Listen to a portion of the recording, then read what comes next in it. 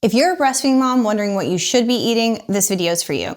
My name is Amber again. I'm a board-certified lactation consultant and founder of the Latch Link, and we are going to cover everything that breastfeeding moms should be eating so that they can support their supply. First and foremost, breastfeeding moms should be making sure that they are eating enough calories. We have so many clients come to us who are severely under eating. Breastfeeding moms should eat at least 2,500 calories a day. I know that can sound like a lot, but if you're strategic with your meals and snacks, it's really not too difficult to hit that number. Some moms benefit from eating a good bit more than that, and we have some clients who even eat 3,500 calories a day. The number one thing that we look at when we're supporting moms with low supply is how much they're eating, because if you're under eating, you're not going to be fueling your body to produce enough breast milk. A lot of moms feel pressure to try to snap back to their pre-baby bodies, and this is a big mistake. You just delivered a tiny human, and it's not the time to be restrictive or limiting how well you nourish your body. Let's talk about macros. Macros are protein, fat, and carbs, and they're super duper important to how well our body is nourished. Protein is really popular these days, and a lot of moms talk about it, but I feel like a lot of moms have misinformation around what kind of protein they should be consuming and how much they need. A general rule of thumb for most breastfeeding moms is 1 gram per pound of body weight, meaning if you weigh 145 pounds, you should eat about 145 grams of protein per day.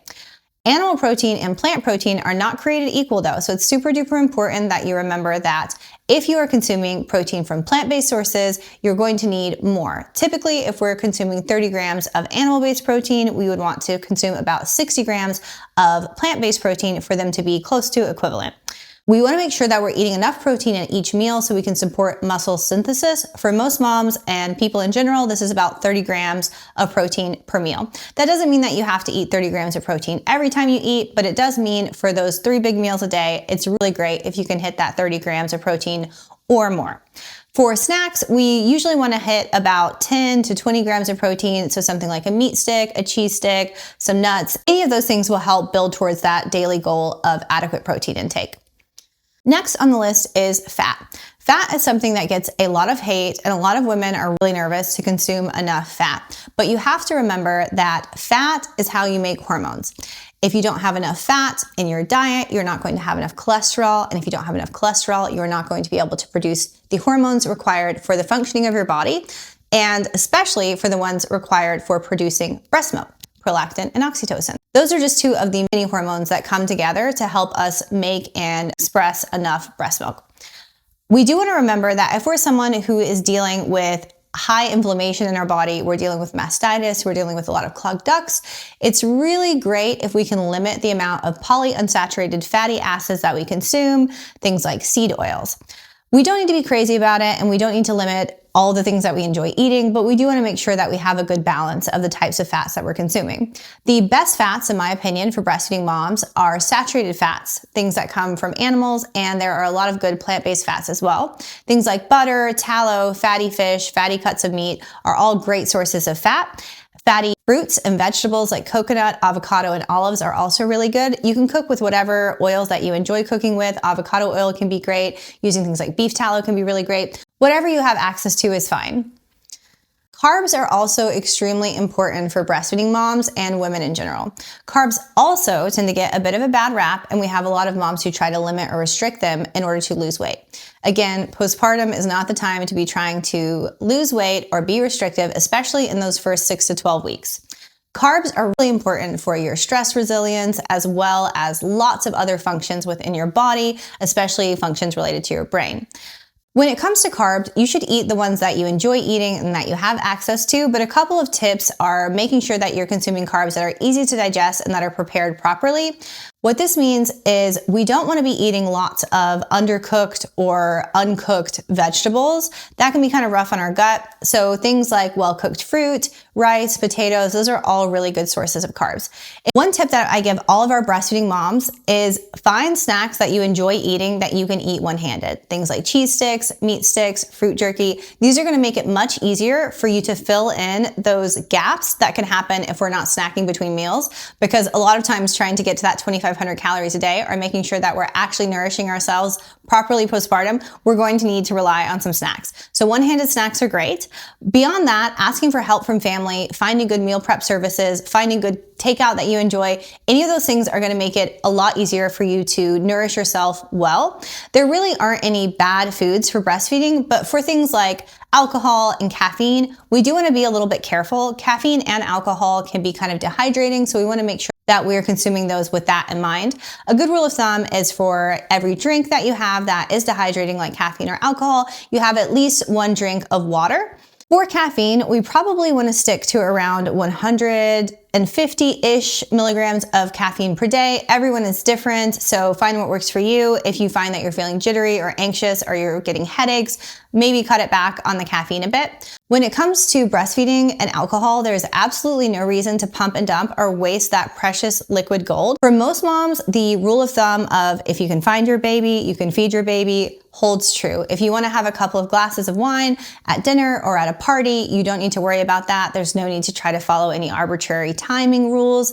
If you can find your baby, you can feed your baby. There are a couple of other things that we do want to be careful with when it comes to our milk supply, things like peppermint, sage, and parsley. This does not mean that you can't have stuffing or that you can't put parsley on your food, but it does mean that we don't want to consume sage and parsley in excess.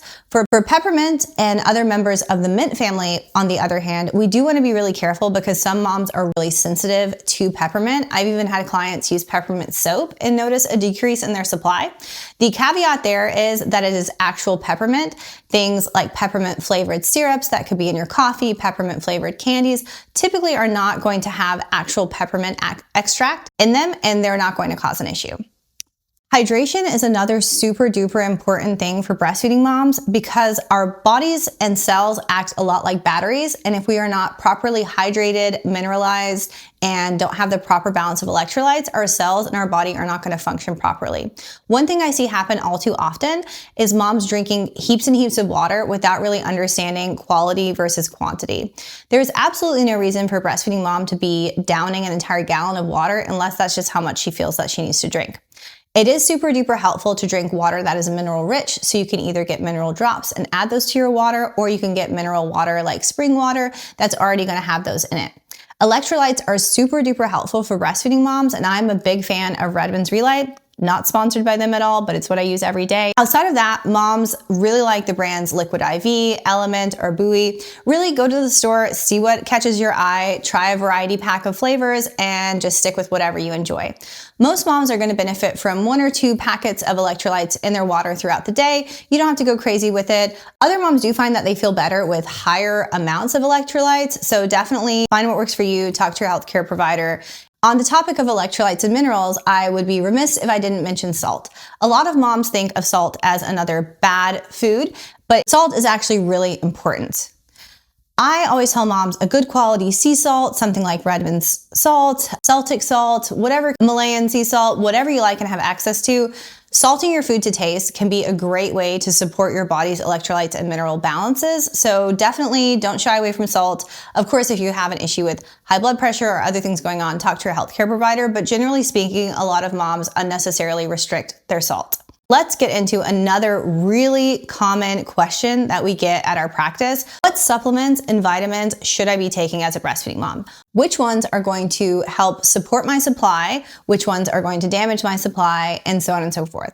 The simple answer is for most breastfeeding moms, they're going to do well with continuing to take their prenatal or starting a postnatal vitamin. Beyond that, pretty much everyone and their grandma is deficient in magnesium, so taking a magnesium is almost always a good idea.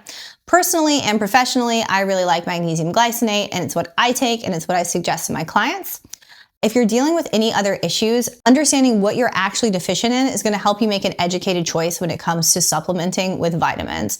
The common things that we like to have clients check if they're dealing with low supply are their blood sugar and their metabolic markers, their iron, their B vitamins, their vitamin D, and their thyroid. So obviously your thyroid is not like a vitamin, but if we are deficient in certain vitamins, our thyroid can struggle. And if our thyroid is struggling, everything struggles, but certainly our milk supply can take a big hit. Some other common questions we get about foods that should be avoided while breastfeeding are spicy foods that have garlic, foods that have lots of seasonings.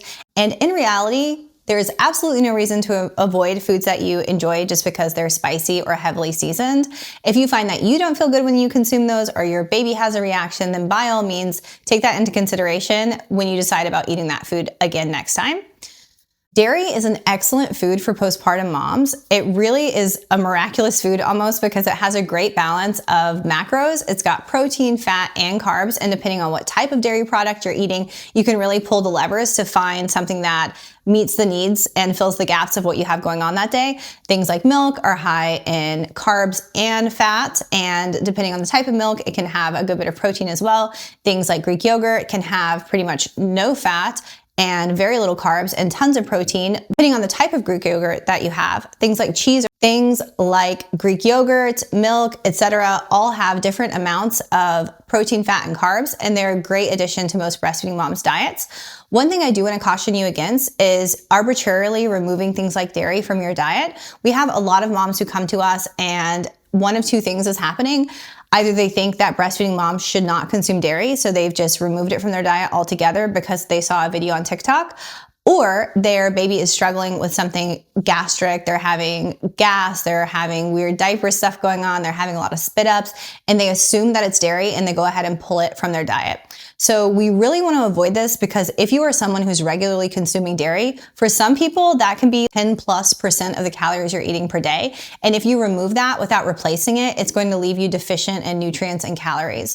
A lot of moms swap their daily Greek yogurt for something like a coconut yogurt. If you flip them around and look at the back, there's pretty much no comparison. Greek yogurt from dairy is a great source of protein, carbs, and fat, while coconut-based yogurts and coconut-based yogurts and other non-dairy yogurts are gonna have very minimal amounts of protein and fat, and they're usually gonna be really high in carbs. So if you feel that there is a reason that you should be removing dairy from your diet, definitely talk to a lactation consultant. We see so often that there is something going on with the latch, with baby's oral anatomy, a number of things that could be happening that absolutely have nothing to do with dairy. So definitely work with a provider who can get curious about what's going on and help you find solutions rather than just arbitrarily removing nutrient-dense food from your diet. So now we have talked about all of the important things that every breastfeeding mom should know about their diet and nutrition. Let me know what you think of the video in the comments.